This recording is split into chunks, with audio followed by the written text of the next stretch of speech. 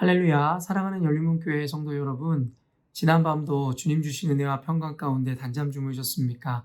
아침을 깨우는 말씀, 수요일 이 아침에 주님께서 우리에게 주시는 말씀은 누가복음 2장 41절로 52절까지의 말씀입니다. 오늘도 하나님께서 주시는 이 본문 말씀을 통해서 저와 여러분의 삶 가운데 하나님 말씀을 통한 기준을 세우고 또 이 말씀을 통하여 하나님께서 영적인 은혜와 또 인사이트를 허락하심으로 우리가 이전에는 미처 알지 못했었던 사실과 은혜를 깨닫는 시간, 또한 그 깨달음으로 인생 가운데 적용하고 실천해내는 하루가 되었으면 좋겠습니다.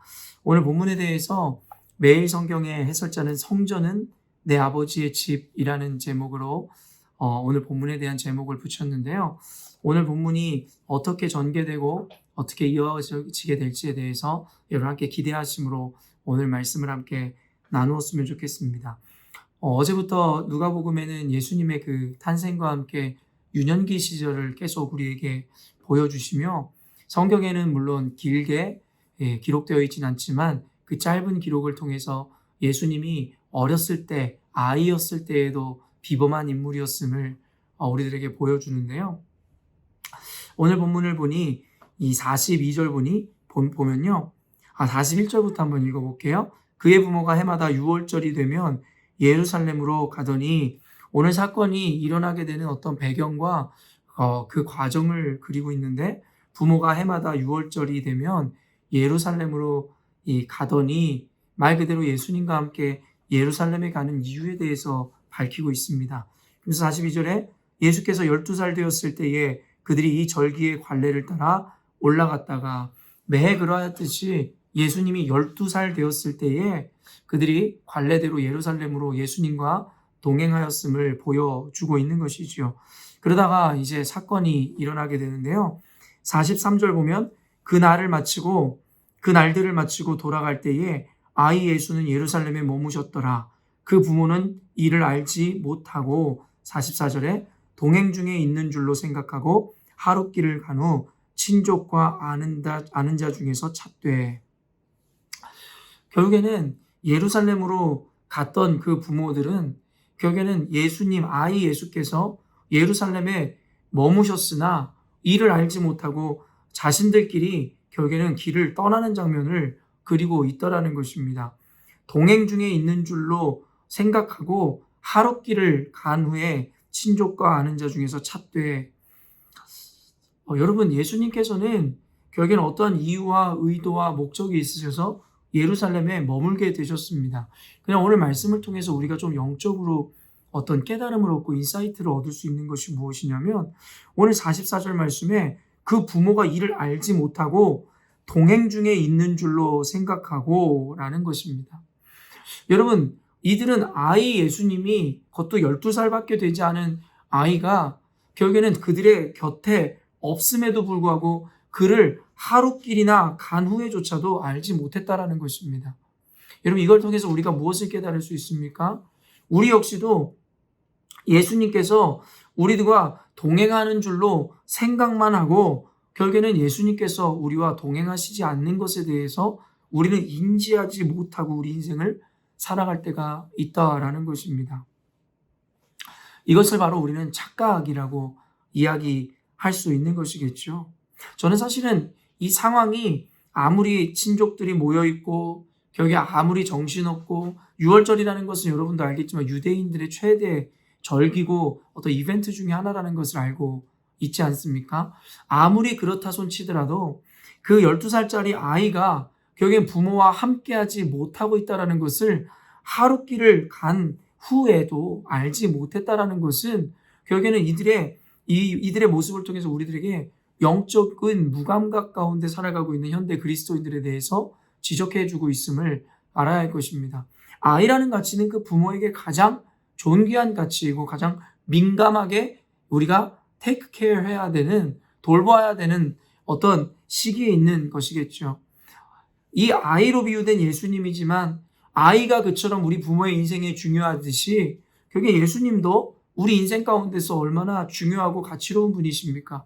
그러나 그 가치인 아이가 동행하는 줄로 착각하여 그 중에 함께하고 있는 것조차도 알지 못했다라는 이 마리아와 요셉의 이 부모의 이 순간적인 영적인 무지함과 결국에는 그들의 착각 가운데 결국에는 오늘날의 그리스도인들에게 예수님께서 말씀하시고자 하는 일이 있겠죠.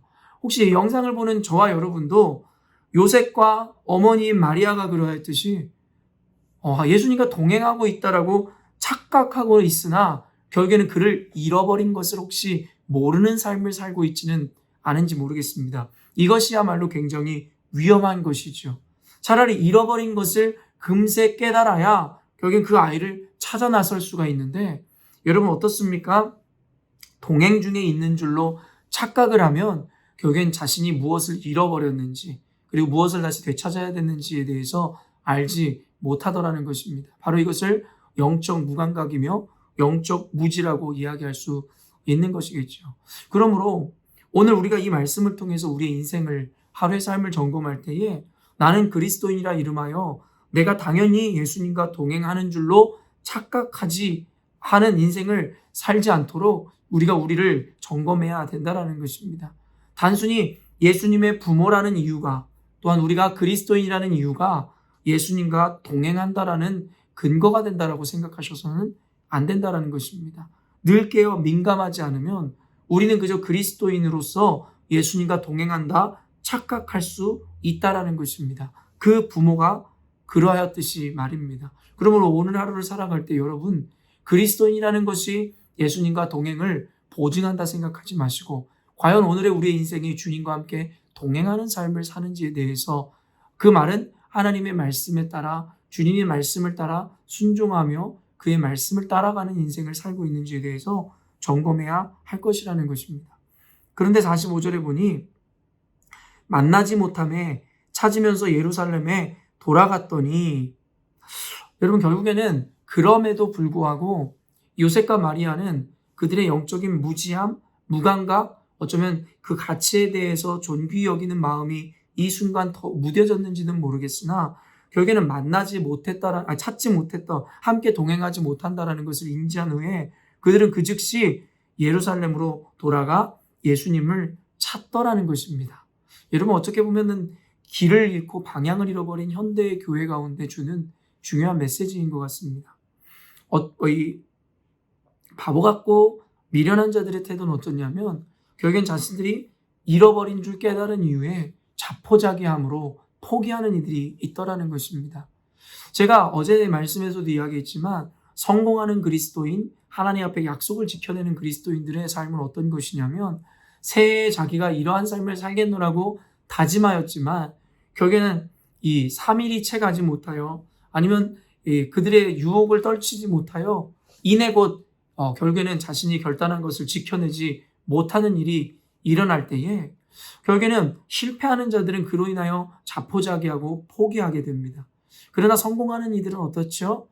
쓰러지고 넘어져도 다시 결단하여 다시 일어나 하나님 앞에서의 그 약속을 지켜내고 스스로 세운 그 결단을 지켜내려 하는 끈기와 인내와 노력을 보여주는 자들이라는 것입니다.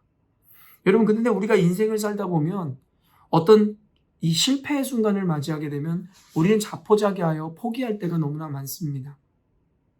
스스로의 영적인 무지와 무감각으로 인해서 결국엔 예수님과 동행하지 않고 있다는 사실을 잊고 있던 이들이 결국엔 그로 인해서 그저 예수님과 멀어졌다 하여 이것으로 인해서 아예 예수님과의 관계와 동행을 포기하지 않아야 될 것에 대해서 이야기하는 것이겠죠. 결국에는 마리아와 요셉은 그것을 깨달은 이후에 결국에는 예수님을 찾으러 예루살렘으로 다시 돌아가 그곳을 헤매더라는 것입니다. 여러분 이건 역시도 어쩌면 우리에게 큰 교훈을 주는 것이겠죠. 예수님을 믿었노라 이야기했지만 또 예수님의 은혜를 경험했노라 이야기했지만 예수님을 잃어버린 삶을 사는 분들이 계시다면 여러분 지금이라도 늦지 않았습니다. 주님을 찾으십시오. 주님을 다시 만나시려고 여러분이 다시 길을 찾아 떠나야 한다는 것입니다. 바로 주님 앞에 갈급함과 갈망함을 가지고 주님 앞에 나아가야 된다는 것이에요. 성경은 그때 어떻죠? 결국에는 나를 찾고 찾는 자들이 나를 만날 것이다라고 이야기하더라는 것입니다. 그리고 여러분 마침내 어때요? 48절 보면 그의 부모가 보고 놀라며 그의 어머니는 이르되 아이야 어찌하여 우리에게 이렇게 하였느냐 보라 내 아버지와 내가 근심하여 너를 찾았노라. 결국에는 아이를 만나게 되죠. 이는 성경에서 이야기한 것 같이 나를 찾고 찾으면 나를 만나리라. 결국에 예수님을 잃어버린 지 모르던 그들이 그것을 깨닫고 결국에는 그때라도 예수님을 찾아 헤맬 때에 예수님을 만나게 되더라는 것입니다. 여러분 인생을 살다 보면 내 뜻대로 내 계획대로 되지 않을 때가 있습니다. 이 신앙도 마찬가지입니다. 우리가 영적으로 무지하여 예수님 그리스도인이라는 이름이 결국에는 우리가 예수님과 동행한다라는 것에 보증이 된다라고 착각하는 순간이 있었을지 모르겠습니다. 그러나 그것은 아까도 이야기했지만 보증이 되지 못한다라는 것. 그러나 이내 곧 내가 예수님과 동행하지 못했다라는 사실을 깨달았을 때에 결국엔 그로 말미암아 자포자기하고 포기하는 것이 아니라 예수님을 다시 찾고 찾을 때 주님을 만나게 되고 그 부모 역시도 예수님을 만나게 되었다라는 것입니다. 사랑하는 성도 여러분, 오늘 하루 살아갈 때 이 말씀을 통하여 영적인 인사이트를 얻으셨으면 좋겠고 과연 내가 주님과 동행하고 있는지에 대해서 첫째 점검하셨으면 좋겠습니다. 그리고 말씀 가운데 내가 하나님과 동행하지 못하는 영적인 무감각 가운데 살았다는 것이 인지되어지고 깨달아지거든 여러분 그때라도 포기하지 마십시오. 이제라도 주님 앞으로 다시 여러분의 방향을 바꾸시면 됩니다. 그리고 주님을 찾고 찾을 때에 주님을 만나게 될 것입니다. 49절 보면 또 다른 은혜를 주시는데요. 예수께서 이르시되 어찌하여 나를 찾으셨나이까 내가 내 아버지 집에 있어야 될 줄을 알지 못하셨나이까 하시니 그 부모가 그가 하신 말씀을 깨닫지 못하더라. 결국에는 아이와 어른이 뒤바뀐 것이죠. 우리가 보통 생각할 때 아이들은 무지하고 아는 것이 많지 않고 어른은 많은 것을 안다 생각하지만 오늘은 반대로 예수님 12살 먹은 아이였던 예수님은 그의 인생의 목적과 해야 하는 일에 대해서 분명히 알았습니다. 그러나 경험 많고 나이 많다라고 또 자신이 아이보다 나은 존재라고 생각했던 그 부모는 결국엔 그 말씀을 깨닫지 못하더라는 것이에요. 오늘 예수님께서 말씀하신 내가 내 아버지 집에 있어야 될 줄을 알지 못하셨나이까 라는 말은요. 히브리 원어적인 해석을 하면 하나님의 일이라고도 해석될 수 있는데요.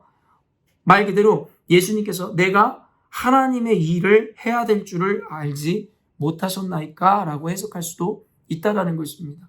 아이였던 예수님은 그 스스로가 인생의 목적을 분명히 알고 있었다라는 것입니다. 예수님은 그의 목적이 무엇이고 그가 거해야 되고 그가 존재해야 되는 곳이 어딘지에 대해서 알고 있었다라는 것이에요. 그러나 어른이라고 자청하는 이들이 도리어 그들의 인생의 목적과 이유를 깨닫지 못하는 순간도 여러분 우리는 보게 되더라는 것입니다.